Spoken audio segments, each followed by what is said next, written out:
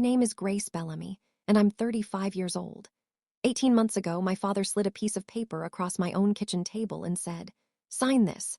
Sell the house to Vanessa for $260,000, or as of today, you're no longer part of this family." $260,000 for a house worth $780,000.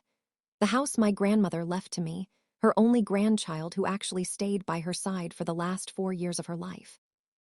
They thought I'd cry. They thought I'd cave immediately. What they didn't know was that before that so-called family meeting ever happened, I'd already made a phone call to the CEO of the company where my sister works. Before I go on, if you're enjoying this one, feel free to like and subscribe, only if you genuinely mean it, and drop where you're watching from in the comments. Now let me back up to where this all actually began. Growing up in the Bellamy household meant living permanently in Vanessa's shadow. My parents never even bothered to hide their preference. Dinner tables, holidays in front of relatives, the comparisons never stopped. Vanessa was the golden child. Driven, ambitious, destined for something big. I was the afterthought. "Vanessa's going to go far," my mother used to say, eyes practically glowing. "And Grace, well, at least she's kind-hearted." Kind-hearted, like it was some kind of consolation prize. When I decided to become an elementary school teacher, my father's disappointment was almost tangible. He simply stopped asking about my work. No more, "How's the job going?" No more, "Any promotions coming?" Just silence where interest should have lived. But when Vanessa landed her position at Caldwell and Pierce Realty Group, a major development firm, my parents couldn't stop bragging. Every aunt, every uncle, every neighbor within earshot heard about their brilliant younger daughter climbing the corporate ladder. At family gatherings, the pattern never changed. Everyone crowded around Vanessa, asking about her latest deals, her office, her company car. I sat at the edge of the conversation, functionally invisible. Nobody ever asked what I was teaching that semester. Nobody wondered about the kids whose lives I was actually shaping. To them, teaching a child to read simply wasn't an accomplishment worth mentioning. I'd become furniture in my own family, present, but completely unnoticed. I accepted it back then. I had no idea how much that would eventually change. Grandma Josephine was different. She actually saw me, really saw me, when nobody else bothered to look twice. Every Sunday, I drove out to her Victorian house on Birchwood Lane, and we'd sit on her porch drinking sweet tea while she told me stories about her youth. "You remind me of myself, Grace," she told me once. "Quiet strength. People underestimate it." When the doctors diagnosed her with stage 4 ovarian cancer, everything changed overnight. They gave her 20 months, maybe a little more if she was lucky. Vanessa was always too busy to visit, a new project, an important client dinner, a conference in Chicago. There was always something more urgent than a dying grandmother. My parents came exactly once, stayed 45 minutes, and never came back. "It's too hard to see her like that," my mother explained over the phone, as if her own discomfort mattered more than Grandma's loneliness. So I made a choice. I took a leave of absence from teaching and moved into the guest bedroom of that Victorian house. For 4 years, I was there, administering medication, cooking her favorite meals, holding her hand through the long, unbearable nights. My mother called exactly once during all of it, not to ask how Grandma was doing, not to offer help. "You're wasting your time, Grace," she said. "It's not like she has anything worth leaving you." I hung up without saying a word. Grandma Josephine passed away on a Tuesday morning in April, sunrise painting her bedroom gold. Her hand was in mine. She was smiling. "I've taken care of everything for you," she whispered, barely audible. "Don't let anyone take it from you." I didn't understand those words, not until the lawyer read her will. The reading happened in a downtown law office 3 weeks after the funeral. Mahogany furniture, floor-to-ceiling bookshelves, the kind of room that smells like old money and important decisions. My parents sat on one side of the conference table, Vanessa on the other. I took the chair nearest the door. Mr. Ferris, Grandma's attorney, cleared his throat. "I, Josephine Ann Hargrove, being of sound mind and body, hereby bequeath my property at 214 Birchwood Lane to my granddaughter, Grace Elizabeth Bellamy, the only one who stayed when everyone else left." The silence that followed was absolute. My father's face went pale. My mother's mouth actually fell open. But it was Vanessa's reaction I remember most vividly, her manicured fingers curling into fists, her jaw tightening with barely contained fury. There must be some mistake, she snapped. Grandma wasn't, she couldn't have been thinking clearly when she signed this. Mr. Ferris removed his glasses, polishing them slowly. I assure you, Miss Bellamy, your grandmother was fully competent. This document was witnessed, notarized, and executed to the letter. $780,000. That was the market value of that Victorian house on Birchwood Lane, and Grandma had left every brick of it to me. As the meeting wrapped up, Mr. Ferris handed me a sealed envelope. Your grandmother asked me to give you this, he said quietly. She said only open it when it's necessary. I tucked it into my purse without looking at it. Walking out, I felt Vanessa's eyes drilling into my back. When I turned to face her, I saw something I'd never seen there before. She was looking at me like I was the enemy. The pressure started 3 days after the funeral. My parents showed up at the house, my house now, without calling first, and sat in Grandma's living room like they owned the place. We need to talk about the house, my father began. It's not right, Grace, one person keeping all of this. He gestured at the high ceilings, the original hardwood floors, decades of antique furniture. Family should share, my mother added, nodding vigorously. Vanessa needs a place. She's thinking about her future marriage, children. This house would be perfect for her. And what about my future? I asked. They exchanged a look, the kind parents share when a child says something they consider naive. Sweetheart, my mother said, you're a teacher, you don't need a house like this. Vanessa is building something, she has ambitions. There it was, the same message I'd heard my whole life, just dressed in new clothes. For the next 2 weeks, they came back nearly every single day. My father threatened, my mother cried. They traded off good cop and bad cop so predictably I could have written the script myself. If you don't share this with your sister, my father finally said, you won't have a family anymore. I lay awake that night doing the math. If I sold to Vanessa at their price, I'd lose over $500,000. I'd lose my home. I'd lose the last physical piece of Grandma Josephine I had left. But if I refused, I'd lose my family entirely. The choice felt impossible until I realized something important. I could survive losing my family. I could not survive losing myself. They called it a family meeting. It felt more like an ambush. My parents arrived at 7 sharp, settling into the living room like judges taking their seats. Vanessa showed up 20 minutes late in a designer blazer that probably cost more than my monthly paycheck. She didn't apologize. People like Vanessa never do. Let's get this over with, she said, not bothering to sit. I've got a dinner at 9. My father pulled out a sales agreement already drafted. Here's what's happening, Grace. You sign this. You sell the house to Vanessa for $260,000. We put this whole mess behind us. I looked at the number, then at my father. Market value is $780,000. Vanessa laughed, not a pleasant sound. Market value, Grace. Do you even know what that means? Have you ever sold a house, negotiated a real estate deal? I work in this industry. Trust me, 260 is generous. It's a third of what it's worth. It's family price, my mother interjected.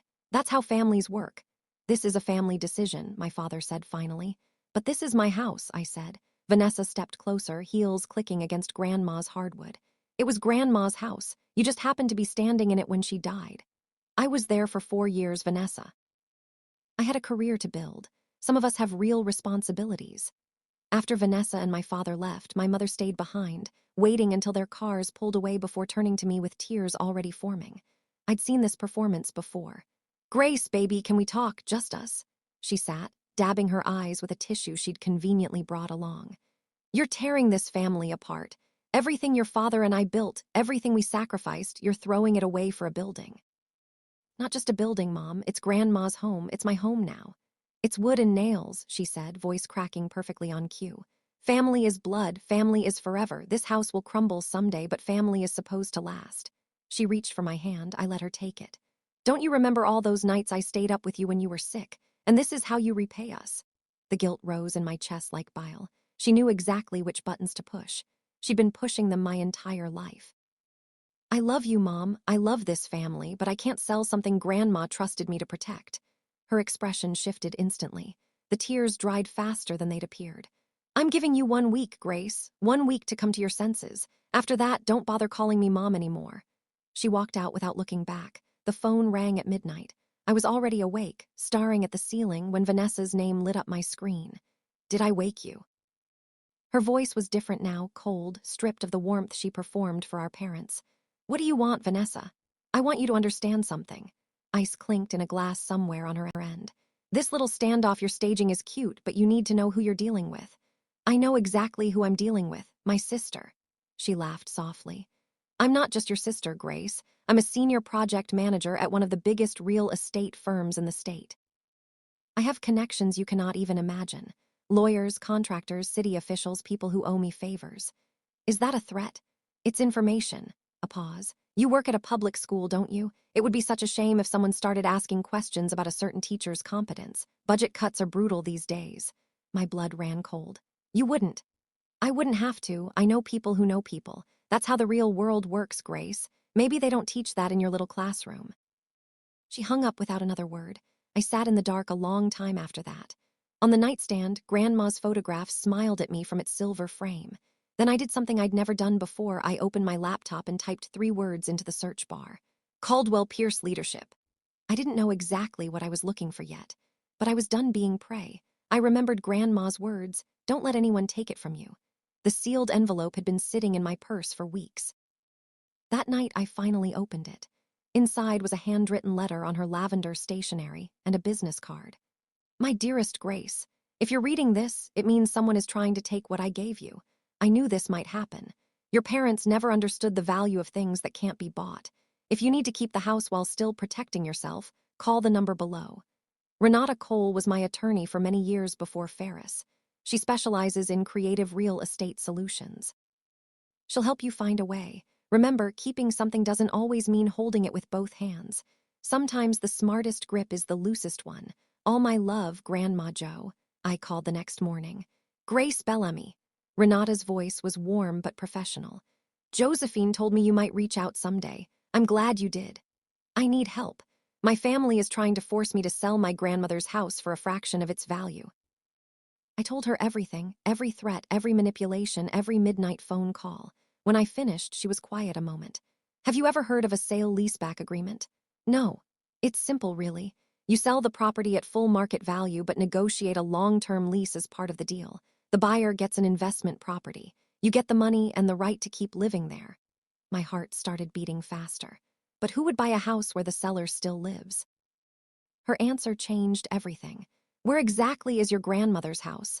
214 Birchwood Lane, the Elmhurst district. Silence, then a low whistle. Grace, are you sitting down? Why? Because I had a very interesting meeting last week. Caldwell and Pierce, one of the biggest development firms in the region, is actively searching for a property in your exact neighborhood. My stomach dropped. That's Vanessa's company. I know. Their CEO, Nathaniel Caldwell, wants a satellite office on that side of town. High-end residential conversion. Your grandmother's house would be perfect. The irony wasn't lost on me. Vanessa worked for a company whose CEO was hunting for exactly what I already owned. What's Caldwell like? I asked. Strictly professional, hates drama, especially personal drama. If a deal makes sense, he does it. If it doesn't, he walks away. Emotion doesn't factor into it. I thought about Vanessa's threats, her certainty that she could make my life miserable. If Caldwell buys my house, I said slowly, Vanessa would have to work there every week. From what I understand, he wants the satellite office handling regional accounts, project managers rotating through regularly. The poetic justice of it was almost too perfect. This isn't revenge, I said, more to myself than to her. No, it isn't, it's business. I could hear the smile in her voice. And it's a damn good deal for everyone involved. Well, almost everyone. My parents chose the nuclear option next. They called it a family dinner. What they actually wanted was an audience for my public humiliation. Aunts, uncles, cousins, everyone gathered at my parents' house on a Saturday evening, the table set with Grandma's china. The irony of that particular choice wasn't lost on me either. Halfway through the main course, my father stood, clinking his glass with a fork like a general addressing his troops. As most of you know, my mother left her house to Grace. A pause, letting it settle. What you may not know is Grace has refused to share it with Vanessa. She's chosen a building over her own family. Murmurs rippled through the room. Disapproving glances landed on me like physical weight. My mother began crying loud, theatrical sobs. She's changed since Josephine passed. I don't even recognize my own daughter. Aunt Sherry patted her hand sympathetically. Uncle Frank shook his head at me. Grace, you should really think about family. Vanessa needs that house for her future. plans for marriage, children, a life. And there it was, the implication that my life, my teaching career, my 4 years of caregiving amounted to absolutely nothing worth considering. "Everyone in this room knows what the right thing to do is," my father said, voice hard. 22 pairs of eyes stared at me, waiting for surrender. I felt very small and very alone. But I also felt something new. Clarity. Vanessa stood, smoothing her designer dress, and walked slowly around the table until she stood directly behind me. I felt her shadow fall across my shoulders. "Let me explain something to everyone here," she said, voice carrying the confidence of someone who'd never once been told no. "My sister is a school teacher. She teaches kids to color inside the lines and sing the alphabet song." Scattered, condescending laughter. "She doesn't understand real estate. She doesn't understand investments. She doesn't understand anything about building wealth." She placed a hand on my shoulder, the gesture of a superior addressing an underling. "Grace was lucky enough to be in the right place at the right time when Grandma got sick. That's all it was." "I was there for 4 years," I said quietly. "Anyone could have done what you did," she shrugged. "Changed some sheets, made some soup. It's not exactly brain surgery." Aunt Sherry nodded vigorously. Uncle Frank murmured agreement. I looked around that table at people who shared my blood, who'd known me since childhood, treating me now like a stranger, or worse, like a villain. And suddenly I understood completely. This was never about the house. Vanessa didn't want Grandma's property because she needed it. She wanted it because I had it. Because for the very first time in our lives, I possessed something she couldn't have, and that was intolerable to her. "You think you won something," she whispered, low enough for only me to hear. "You have no idea who you're playing against. This is my game, Grace, and I always win." I said nothing. But inside, something shifted. The fear dissolved. In its place, still, I stood up. No dramatic speech, no tearful defense, just the simple act of rising from my chair while 22 people watched in stunned silence. I looked at my father, then my mother, then Vanessa. Then I let my gaze travel slowly around the entire table, face by face. "Thank you," I said, my voice steady. "Thank you all for showing me exactly where I stand in this family." "Grace, sit down," my father commanded. "No." The word hung in the air like something foreign. When had anyone in that room ever heard me say no? I walked toward the door. Behind me, chairs scraped, voices rose, my mother called my name with practiced desperation. I didn't turn around. Outside, the night air was cool and clean. I sat in my car a full minute, hands trembling slightly, not from fear, from adrenaline. Then I called Renata. "It's Grace. Contact Nathaniel Caldwell. Tell him I'm ready to discuss terms." "Are you sure? I've never been more sure of anything in my life." Weeks later, Nathaniel Caldwell sat across from me in my own living room. "If you've ever been dismissed by your own family because of a choice you made, your career, your partner, anything at all, drop the word boundary in the comments below. I want to know I'm not alone in this. And if you're curious what happens when Vanessa's CEO walks through my front door, stay with me because the best part is coming." Nathaniel Caldwell was not what I expected, tall, silver-haired, a presence that filled a room without trying. His handshake was surprisingly warm. "Miss Bellamy," he said, surveying Grandma's living room with professional interest. "This is quite a property. Victorian architecture, original moldings, exceptional location. I can see why your grandmother loved it. 43 years here and you spent 4 of them caring for her. That kind of dedication is rare. I respect it." We walked through the house together, the formal dining room, the library, the sunroom overlooking the garden. When the tour ended, we settled into chairs. "Renata explained your proposal," he said. "Full market value, 12-year leaseback. Unconventional, but it works for what I have in mind. Ground floor converts to office space. Uritas $780,000 sits in my investment account now. Security I never imagined having. Freedom I never knew I needed. But money was never the actual victory. The victory is walking through my own front door without fear. The victory is knowing no one can force me out of what's rightfully mine. The victory is finally understanding that my worth was never determined by my parents' approval or my sister's achievements. Grandma knew that. She always knew. You remind me of myself, Grace. Quiet strength. I understand now what she meant. Quiet strength isn't about shouting louder than everyone else. It's about knowing your value so deeply that no one can ever convince you to sell it short. She didn't just leave me a house. She left me a blueprint for protecting myself. People ask sometimes if I regret any of it, if I wish things had gone differently with my family. If the price of keeping this house was worth paying, here's what I tell them. I didn't cut ties with my family. I didn't burn bridges or issue ultimatums of my own. I simply changed the terms of our relationship, and for the first time in 35 years, those terms finally favor me. My mother and I have lunch once a month now. She doesn't apologize in words exactly, but she asks about my students. She remembers their names.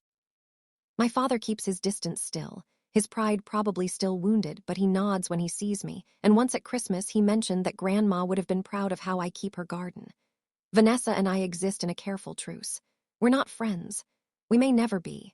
But when she walks past my porch on her way to the office, sometimes she waves and I wave back. Is that forgiveness? I don't know.